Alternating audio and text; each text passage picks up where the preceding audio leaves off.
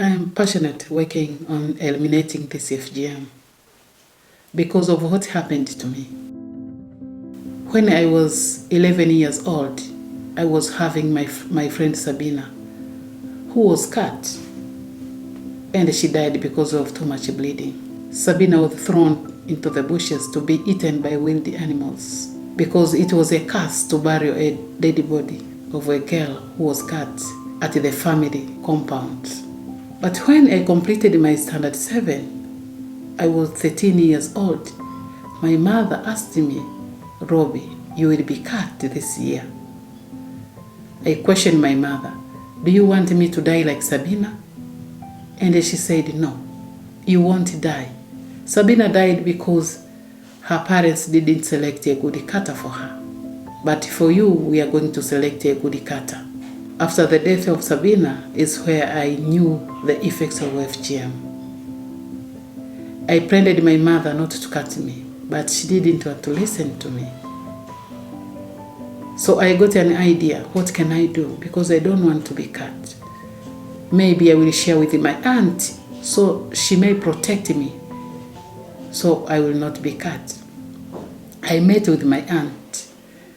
Before I share anything with her, she started dancing in front of me, saying we are going to celebrate when you will be cut, we will eat a lot of meat, a lot of food. Really, I failed even to share my idea with her. But I went back home, trying to cry, but telling my mother that I don't want to be cut. And my mother, she didn't want to listen to me. But I questioned her, what does someone do so that the community should know that she don't want to be cut? And my mother told, "You have nothing to do. This is our tradition. You have to agree to be cut. I'm your mother. I was cut. I am coming from a Maasai tribe. And you know, your aunt were cut. Your father is coming from a Kuria tribe. You must accept this tradition." So I pleaded my mother again and again, but she didn't want to listen at all. I got another idea. What can I do? Maybe I can run to town. So I take one of my dress in a plastic bag as my preparation for my journey to town. When I was on that final stage, now starting moving from home, it reminds when I was in standard 5, we were taught the effects of running to town without knowing anybody.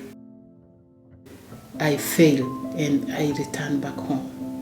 The day came, we were 16 girls and 2 cutters. One cutter was special for me, so I was cut. I got unconscious for 4 to 5 hours because of too much bleeding. Even the message started to spread in the village that Rob has died. But finally I wake up. I heard one woman said she got unconscious for a long time.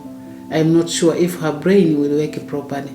That is where I knew what happened to me.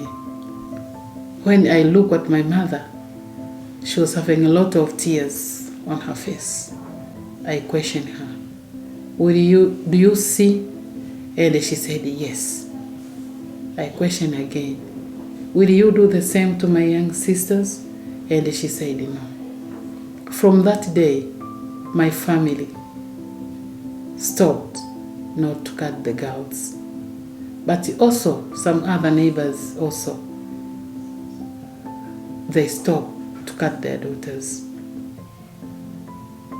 At that time, if there could be safe houses, I could run there and I could not be cut. So I am fighting against this FGM because I don't want to see more girls are cut like it was happened to me.